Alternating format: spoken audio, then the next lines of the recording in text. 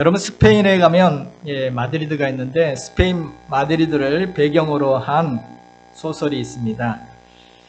어니스트 해밍웨이의 단편 소설 가운데 세계의 수도라는 그러한 소설이 있는데 거기 주인공이 파코입니다. 이 소년의 이야기가 실려 있습니다. 아버지가 이 파코와 갈등하는 가운데 아들이 어느 날 집을 나가버렸습니다. 오랜 시간이 지나도 돌아오지 않은 아들 때문에 걱정이 심했던 이 아버지는 이제 마음을 먹습니다. 아들과 화해해야 되겠다. 내가 마드리드로 찾아가서 아들과 화해를 해야 되겠다라고 다짐을 했습니다. 그런데 집 나간 아들에게 연락할 방법이 없었습니다.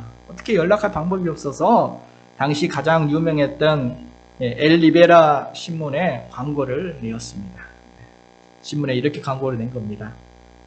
사랑하는 파코에게 내일 12시에 신문사 정문 앞으로 아버지를 만나러 오기를 바란다. 아버지는 너를 이미 다 용서했다. 이렇게 신문에 담겼습니다. 다음날 어떤 일이 벌어졌을까요? 신문사 앞에 파코가 왔을까요? 네. 다음날 앞에 그 신문사 앞에 이 파코라는 이름을 가진 800명의 젊은이들이 그 광고를 보고 나와서 저마다 자기 아버지를 기다리고 있었습니다. 파코라는 이름이 프란시스코를 줄여서 부르는 이름으로서 스페인에서는 아주 흔한 이름이었다고 합니다.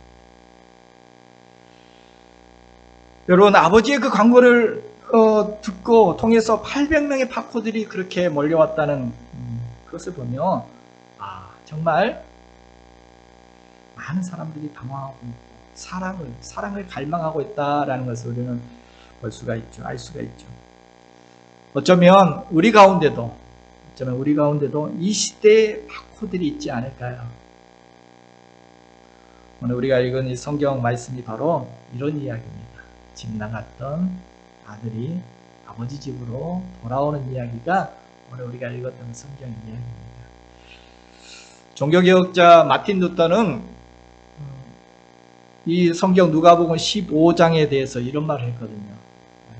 신구약 성경 가운데 단 한 장을 선택하라면 나는 누가복음 15장 이 말씀을 선택할 것이다.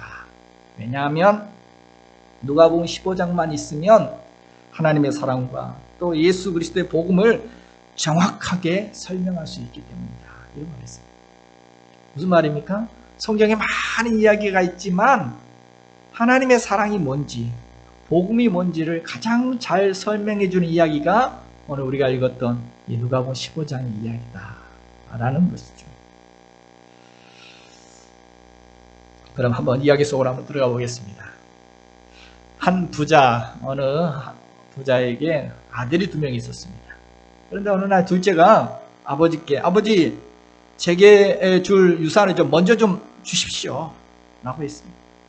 그 시대에 이 말은 아버지 좀 빨리 돌아갔으면 좋겠습니다 이런 말하고 비슷하게 들리는 말이었습니다. 무리한 말이었지만 아버지는 그 말에 응답해서 재산을 나눠줍니다. 그러자 이 아들은 그 몫을 챙겨서 아주 먼 나라로 떠나버렸습니다. 어떻겠어요? 가서 신났겠죠. 돈 가지고 가서 돈을 쓰는 그 재미에 그런 세월 가는 줄 모르고 그렇게 보냈습니다. 예나 지금이나 여러분 돈을 막 신나게 놀다 보면 돈 금방 떨어지죠. 이 아들도 금방 돈 떨어졌습니다. 엎친 데 겹친 격으로 그곳에 그 나라에 흉년이 찾아온 것입니다. 모두가 배고픈 시절이 되었습니다. 이제는 살 길이 막막해진 이 아들은 남의 집에 붙어서 종살이를 하면서 일을 하게 입에 풀칠을 하게 됩니다. 여러분 세상은 공짜가 없습니다. 주인은 그 주인의 입장에서는 외국인 노동자 아니겠습니까? 그래서 이 아들에게 그 주인은 가장 천한 일, 그 당시 사람들이 하기 싫어하는 돼지 치는 일을 시켰습니다. 특별히 유대인들은 정말 치욕적인 일이거든요. 유대인들은 돼지고기도 먹지 않습니다. 그런데 그가 어쩔 수 없이 이게 굶어 죽게 생겼으니 그 일을 하게 된 것입니다. 살아야 하니까 눈물 머금고 열심히 일을 합니다. 그렇지만 그 흉년에 일을 해도 돈을 벌 수가 없습니다. 제대로 입에 풀칠도 할 수 없었습니다. 먹을 것도 제대로 얻을 수 없었습니다. 그래서 오늘 성경에 보니까 돼지가 먹는 쥐엄 열매로 좀 배를 채우고자 했는데 그것도 먹지 못하게 했다는 것이죠. 네. 여러분 돼지가 보기에 참 어처구니 없겠죠. 아니 뭐야 쟤는 뭐야? 우리 돼지밥을 뺏어 먹다니. 응? 돼지 역사상 이런 적은 없었어. 꿀꿀. 저 돼지 같은 놈아 정말 별놈 다 보겠나. 아마 이렇지 않겠습니까? 자, 이렇게 처참한 삶의 현장으로 내려앉아서 살게 되었는데, 그러면 이 아들이 누구 생각나겠습니까? 누구 생각나요? 거의 이제 굶어서 죽을 지경이 되고 나니까 이제 아버지 생각이 나는 거죠. 아버지. 그래. 내게는 아버지 집이 있지. 응? 아버지 집에는 품꾼들도 다 배불리 먹고 사는데 내가 이 먼 곳에서 이렇게 줄여서 죽게 되었으니 지금 내가 뭐 하고 있는 것인가? 비록 내가 아버지 마음을 찢어놓고 나왔지만, 그래서 나는 아들 자격은 없지만 그래도 나를 품꾼으로 써달라고 가서 해야 되겠다. 그럼 굶어 죽지는 않지 않겠는가? 자, 이런 생각을 하고 이 아들은 이제 집으로 돌아옵니다. 터덜 집으로 가고 있었습니다. 아버지 산 다 날려버리고 이제 거지꼴이 되어서 이 아들이 아버지에게 돌아옵니다. 아버지 어떻게 했을까요? 이 아들 맞아줬을까요? 문전박대 했을까요? 그 다음 성경의 그 다음 장면이 아버지가 막 달려가고 있는 장면입니다. 20절을 보니까 일어나서 아버지께로 돌아가니 아직도 거리가 먼데 아버지가 그를 보고 측은히 여겨 달려가 목을 안고 입을 맞추니. 저 멀리서 오는데 이 아버지는 그 멀리서 척 보고 알았습니다. 내 아들이다. 내 아들이 돌아오고 있다. 아버지는 눈이 빠지게 그렇게 마을 어귀에서 아들이 오기만을 계속 기다리고 있었다는 것을 말해주는 거죠. 나이든 아버지가 뛰고 있습니다. 당시 이것은 품격에 맞지 않는 일이었죠. 무엇보다 나이 들었으니 체력이 딸릴 것인데 이 아버지는 아랑곳하지 않고 상관없습니다. 아들을 보자 가만히 있을 수 없어서 달려갑니다. 손상같이 달려가 그 아들을 와락 그 목을 끌어안고 또 입을 맞춥니다. 이것은 환영한다는 의미였습니다. 당황했던 아들, 갑자기 기대하지 않았던 이 반응에 당황하고 또 면목이 없었던 이 아들은 그가 준비했던 멘트를 쏟아놓습니다. 제가 아버지께 큰 죄를 지었습니다. 아버지, 그러니 이제는 저를 종으로. 말이 끝나기도 전에 아버지는 하인들에게 명령합니다. 제일 좋은 옷을 베어다가 입혀라. 저 발에 신발을 신겨라. 손에 가락지를 끼워라. 이제부터는 잔치다. 잔치 시작이다. 이런 이야기가 오늘 성경의 이야기입니다. 여러분, 참 아름다운 아버지의 사랑 이야기 아닙니까? 사랑 이야기. 그래서 제가 오늘 설교 제목을 사랑 이야기다. 러브 스토리다. 이렇게 제목을 붙였습니다. 여러분, 이 이야기에서 예수님이 해주신 이야기인데요. 이 비유의 이야기에서 등장하는 이 아버지는 누구를 상징하는 것일까요? 바로 하나님 아버지를 말하고 있는 것입니다. 여러분, 성경은 하나님을 우리에게 소개할 때 하나님을 아버지라고 소개를 했습니다. 그리고 교회를 아버지의 집, 하나님의 집, 아버지의 집이라고 우리에게 소개해 줍니다. 여러분, 그래서 기독교인들은 하나님을 부를 때 뭐라고 불러요? 아버지. 기도할 때도 아버지 이렇게 부르면서 기도해요. 여러분, 세상에 많은 종교들이 있지만 누가 신을 향해서 내 아버지다 이렇게 부를 수 있는 종교가, 감히 그렇게 부를 종교가 어디 있습니까? 그럴 수 없죠. 근데 우리는 엄청난 특권이죠. 예수님은 오늘 이 이야기를 통해서 하나님 아버지의 사랑이 어떠한지 우리에게 잘 이야기로 이렇게 설명하면서 잘 알려주고 계십니다. 오늘 이 이야기 속에서 집을 떠나서 세상을 경험하고 아버지께 돌아왔던 이 아들은 그가 경험했던 세상과 그리고 아버지 집 많이 달랐죠. 세상과 아버지 집은, 그가 경험해본 세상과 아버지 집은 달라도 너무 많이 달랐습니다. 여러분, 어땠을까요? 집에 돌아온 이 아들이 경험했던 세상과 아버지 집은 무엇이 어떻게 달랐을까요? 그 차이가 뭐였을까요?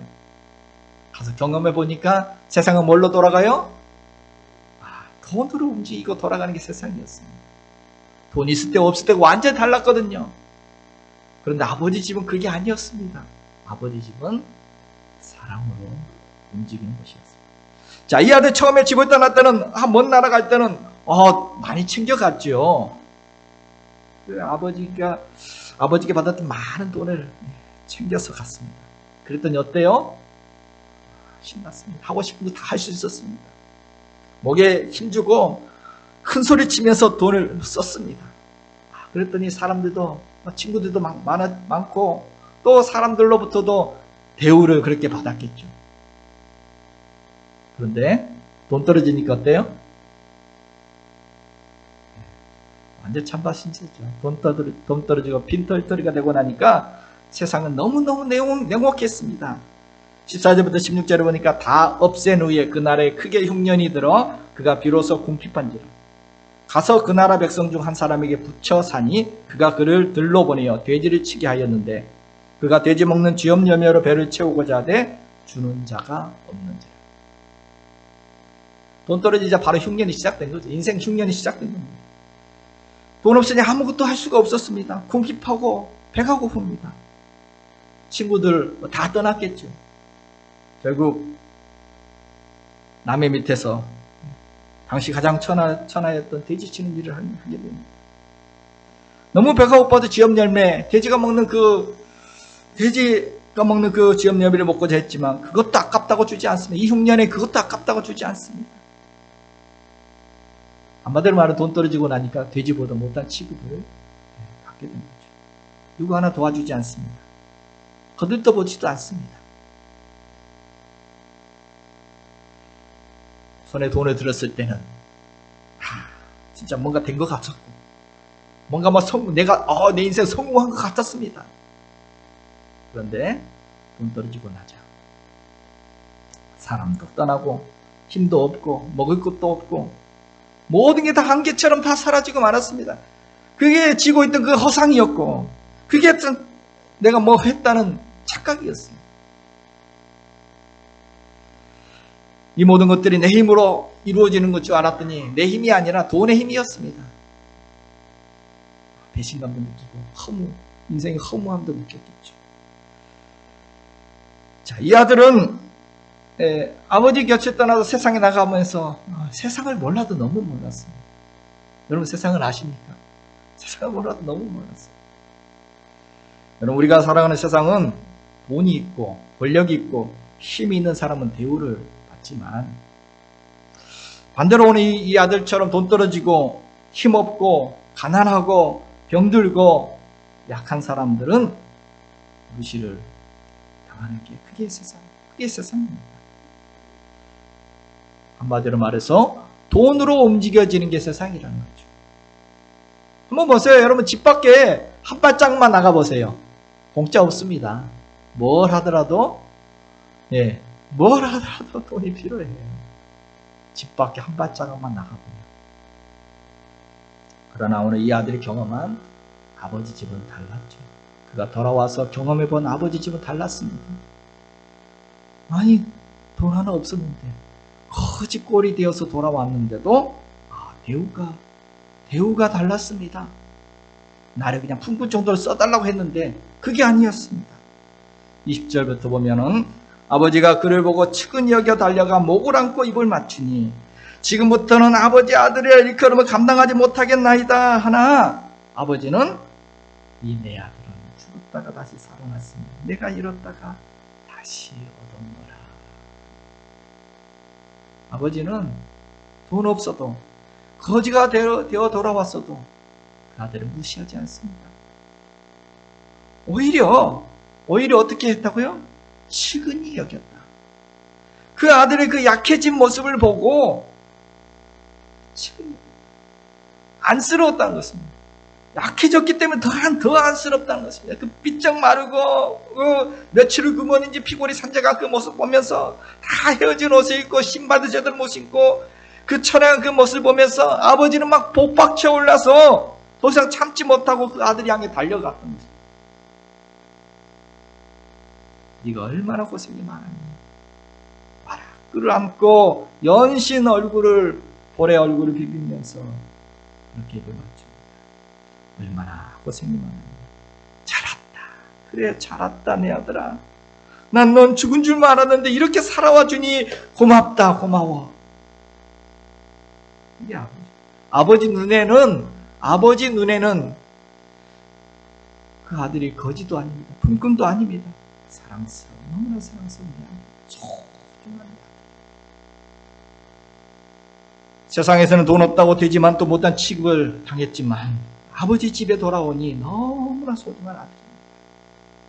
무엇과도 바꿀 수 없고 값을 매길 수 없는 그런 귀한 아들로 대우를 받게 되었습니다. 이 아들은 똑똑히 경험했습니다. 달라도 너무 다르다는 것. 세상에는 찬바람 싱싱 불고 정말 그 무한 경쟁 속에 전쟁터와 같은 그런 세상이었지만 아버지 집은 사랑으로 인해서 훈훈했습니다. 따뜻했습니다. 아버지의 품은 너무너무 포근했습니다. 돈 없어도 아들 대우해주고 돈 없이도 사랑을 먹고 살 수 있는 곳이 아버지 집이었습니다. 이처럼 세상은 돈으로 움직이는데 아버지 집은 사랑으로 움직인다는 것을 이 아들은 똑똑히 경험하게 되는 것입니다. 여러분 부모 마음이 그렇지 않습니까? 여러분 다 부모 입장이 되어보셔서 알겠지만 여러분 부모가 어찌 잘난 아들만 사랑합니까? 돈 많고 출세한 자녀만 사랑합니까? 아니죠. 부모 마음은 도리어 힘들게 살아가는 자녀에게 더 마음이 쓰이고 더 안쓰럽고 안타까운 게 그게 부모 마음 아니겠습니까? 우리 하나님 아버지의 마음도 그러하시다는 것입니다. 그래서 성경에 하나님은 고아와 과부의 하나님이다. 그 당시 가장 약한 사람들이었거든요. 약한 사람, 그런 사람의 하나님이 우리 하나님이시다라고 소개합니다. 성경은 하나님을 한마디로 정의해서 하나님은 사랑이시다라고 이렇게 소개했습니다. 요한일서 4장 16절에 보니까 하나님이 우리를 사랑하는 사랑을 우리가 알고 믿었노니 하나님은 뭐다? 하나님은 사랑이시다. 이렇게 한마디로 정의했습니다.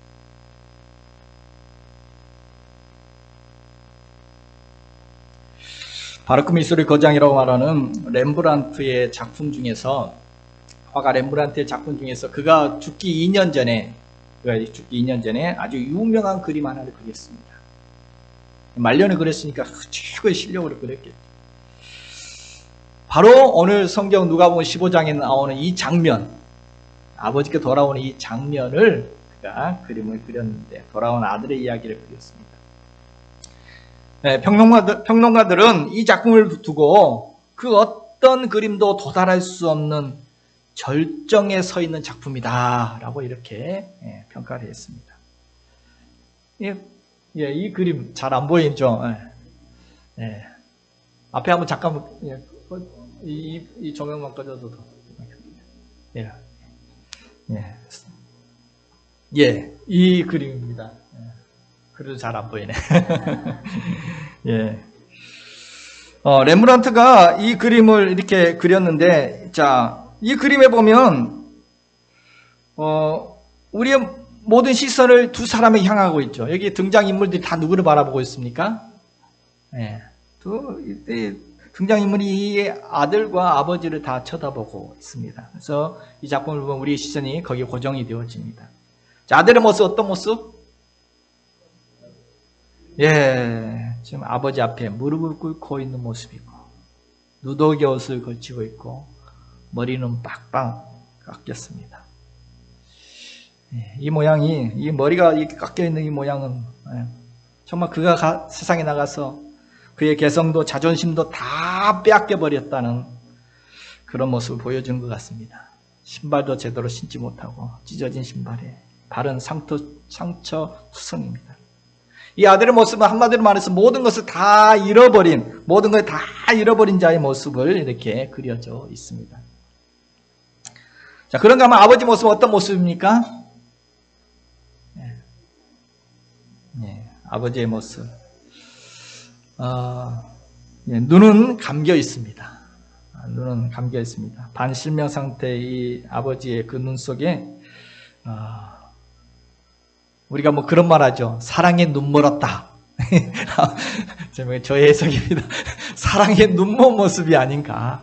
마치 아들의 그 추하고 연약하고 그런 누더기 차림의 그 죄악된 그 행세가 그 추한 모습은 내가 그것을 보지 않겠다라고 눈 감아버리고, 그 아버지의 그 자녀가 지었던 그 허물과 실수, 이런 것은 내가 보지 않기로 아예 작정한 아버지 같습니다.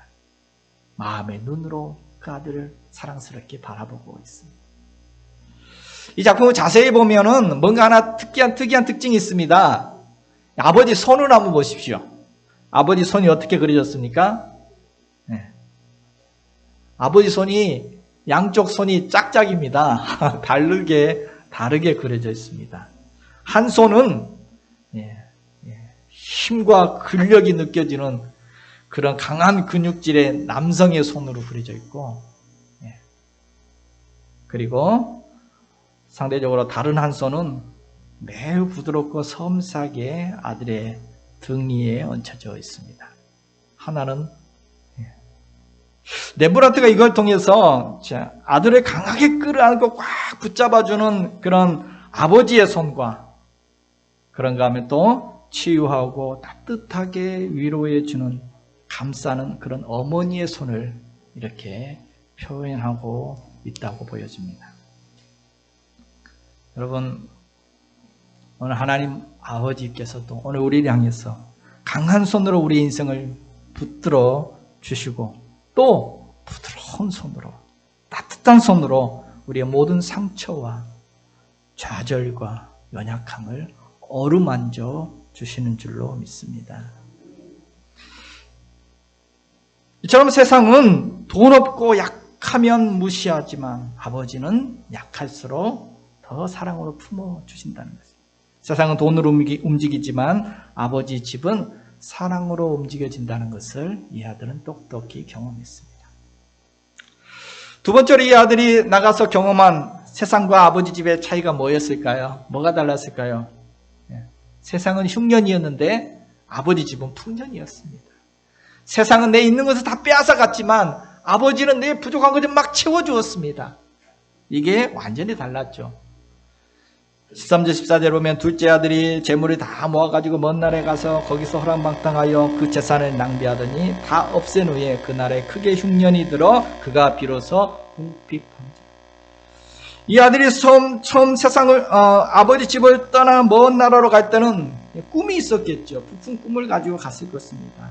반드시 성공해서, 정말 내가 더 크게 성공해서 아버지 앞에 당당하게 서겠다. 그런 마음을 가졌겠죠. 가서 놀기만 했겠습니까? 꿈을 이루기 위해서 열심히 노력했겠죠. 그 꿈을 펼치기 위해서 그가 할 수 있는 최선을 다하며 애를 썼을 것입니다. 그런데 뜻대로 되지 않습니다. 세상이 그렇게 호락호락하지 않습니다. 그렇게 만만치만 않았습니다. 세웠던 뜻과는 정반대가 되었죠. 그를 기다리고 있는 것은 실패와 좌절의 그런 쓰라린 아픔이었어요. 철저히 실패를 경험했죠. 밑바닥까지 내려가게 됩니다. 그래서 집 떠날 때는 손에 잔뜩 들고 있었는데, 집 떠날 때는 손에 아버지가 준 것으로 가득 들려 있었는데, 돌아올 때는 빈손이었어요. 다 빼앗기고 왔습니다. 더 채우겠다고 세상으로 나아갔었는데 다 잃어버리고 왔습니다. 다 빼앗기고 거지가 되어서 돌아왔습니다. 흉년을 기대하고 갔는데 나가보니 큰 흉년을 만났습니다. 부유함을 기대했는데 궁핍함을 경험하고 왔습니다. 여러분, 세상이 그렇지 않습니까? 세상은 자꾸 우리 것을 빼앗아 가려고 하죠. 여러분, 신문을 봐도 방송을 봐도 또 인터넷을 봐도 요즘 계속 배너 뜨는 게 대출 광고 아닙니까? 매일 문자로도 자꾸 날아 들어옵니다. 눈 감으면 뭘 배가요? 그게 세상이라고 이야기를 합니다. 보이스피스는 날로 더 교묘한 방법으로 우리의 통장을 털어가려고 합니다. 심지어 이런 기사도 봤습니다. 보이스피싱 사기범을 잡으려고 사이버 경찰을 세워놨더니 그 사이버 경찰이 보이스피싱이었답니다. 세상에 믿을 사람 없습니다. 세상은 어떻게 하든지 우리 것을 뜯어가려고 하고 빼앗아가려고. 근데 아버지 집에 돌아보니까 반대죠. 아버지 집은 어때요?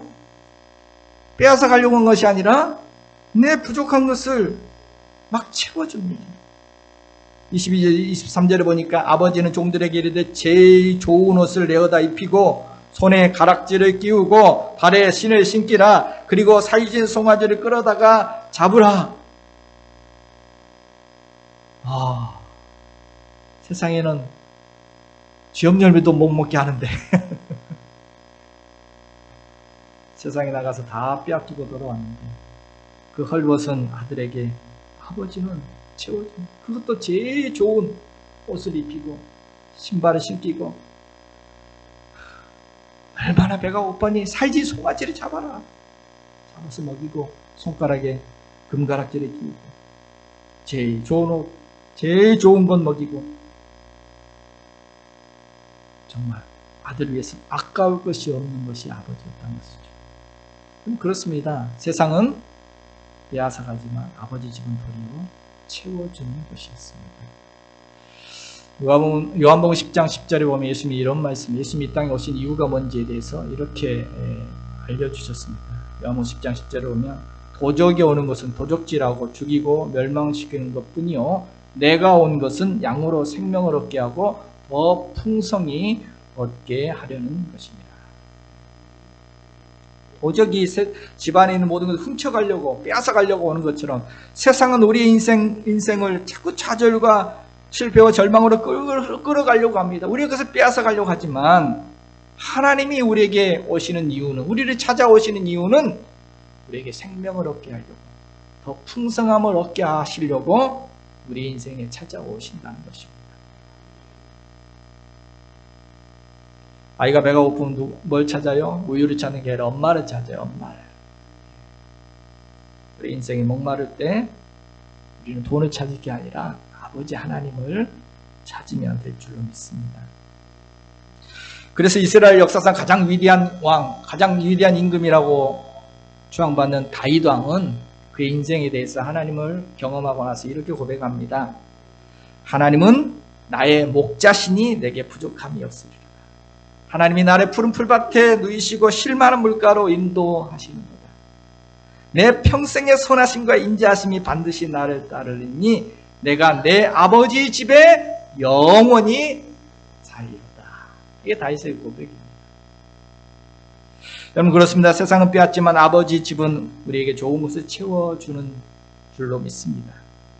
그래서 세상은 몸도 마음도 지치게 하는 곳이지만 아버지 집은 우리의 몸과 마음에 새 힘을 불어넣어 주는 것인 줄로 믿습니다.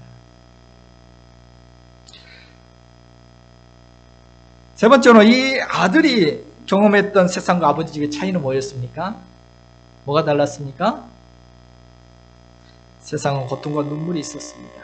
그런데 아버지 집에 오는 게 평안과 기쁨이 있었습니다.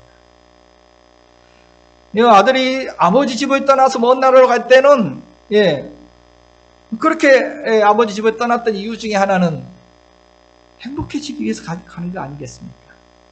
행복을 찾아 떠났을 것입니다. 여기보다는 저기 가면, 저 먼 나라에 가면 더 행복할 줄 알았다는 거죠. 아버지 밑에 나는 아버지 떠나면 자유야, 더 자유롭게 막 살아갈 줄 알았겠죠. 근데 참 아이러니하게도 자유를 찾아 떠났는데 가서 종이 되었습니다. 멋진 인생을 꿈꾸고 내 마음대로 한번 아버지 떠나서 내 마음껏 한번 내 뜻을 펼쳐보겠다라고 갔더니 꼼짝 못하게 남 밑에서 일하는 그런 종으로 비참한 인생이 되었습니다. 집 떠나면 참 나오네요. 정말 춥고 배고프고 참 서럽고 눈물 나고 또 외로웠던 것이 이 아들이 경험한 세상이었습니다. 참 서러웠습니다. 한번 집에서 고생 한번 안 해봤던 이 아들인데 정말 혹독했습니다. 혹독하고 고달픈 나날을 그렇게 보내야 했습니다. 참 인생이 허무하고 후회가 막 밀려오고 절망스럽고 이런 것들을 경험하고 돌아왔습니다. 그런데 어때요? 아버지 집에 돌아와 보니 어때요? 너무 평안한 거죠. 아버지 집은 거기에 참 평안이 있었습니다. 아버지 품에서 이제 비로소 안식을 얻고 쉼을 얻을 수 있었습니다. 거기 와 보니까 뭐 잔치가 시작되네요. 아버지 집에 오니까 기쁨이 넘칩니다. 아버지도 기뻐하고 마을 사람들 다 초대해서 잔치. 23절 24절에 보니까 살찐 송아지를 끌어다 잡으라. 우리가 먹고 즐기자. 이 내 아들은 죽었다가 다시 살아났으며 내가 잃었다가 다시 얻어노라. 그러니 하니 그들이 즐거워하더라. 즐거워하더라.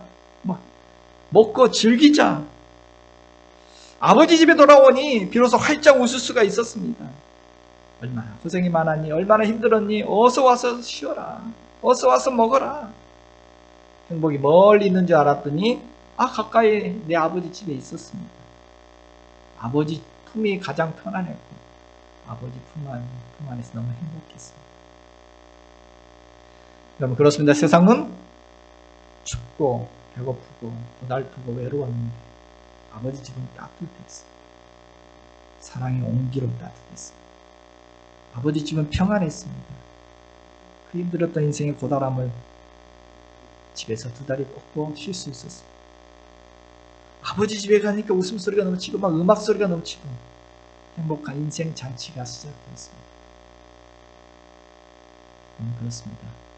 아버지 집, 하나님 아버지의 품 안에 안기는 그 순간 우리의 인생에도 우리가 흔히 말하는 고생 끝, 잔치 시작 이런 인생이 될 줄로 믿습니다. 세상의 고달픔과 눈물 그것이 가득한 세상이었다면 아버지 집은 평안과 기쁨이 넘치는 그런 곳이었습니다. 아들은 바로 이렇게 세상과 아버지 집을 경험했습니다. 자, 그런가 하면 오늘 이 성경이 이 아버지의 모습에서 우리는 또 어떤 하나님을 만날 수 있나요? 기다리시는 하나님, 애타게 부르고 찾으시는 아버지, 그런 하나님을 우리는 발견할 수 있죠. 우리가 흔히 아버지, 어머니를 한자로 부친, 모친 이렇게 부르죠.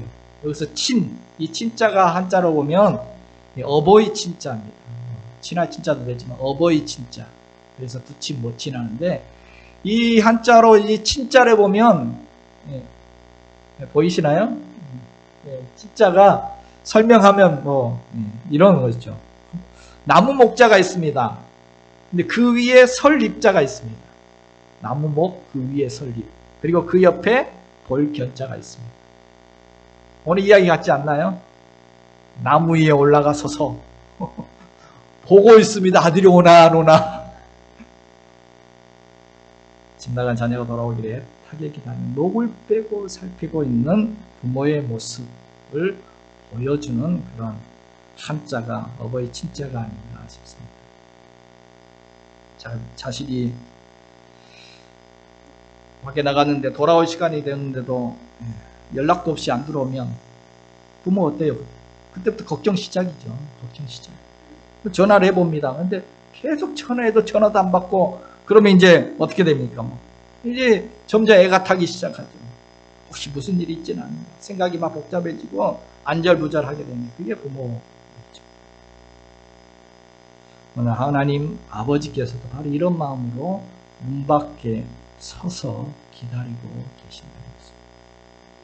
안절부절 애타게 기다리며 아이를 잃어버린 부모가 막 아이 이름을 부르면서 누구야 아이 이름을 부르면서 목이 터져라 목청가 아이를 부르면서 찾아 헤매듯이 지금도 하나님 아버지께서는 잃어버린 한 사람의 이름을 부르며 돌아오라 찾고 계시다는 것입니다. 그래서 찬송가에 보면 그런 찬송도 있습니다. 어서 돌아오 어서 돌아마노 우리 주는 날마다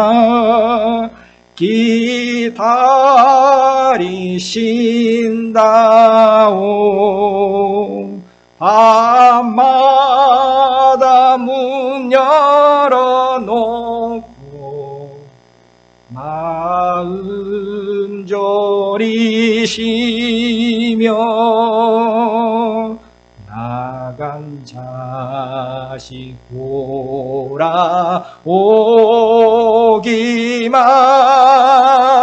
밤새 기다리신다오.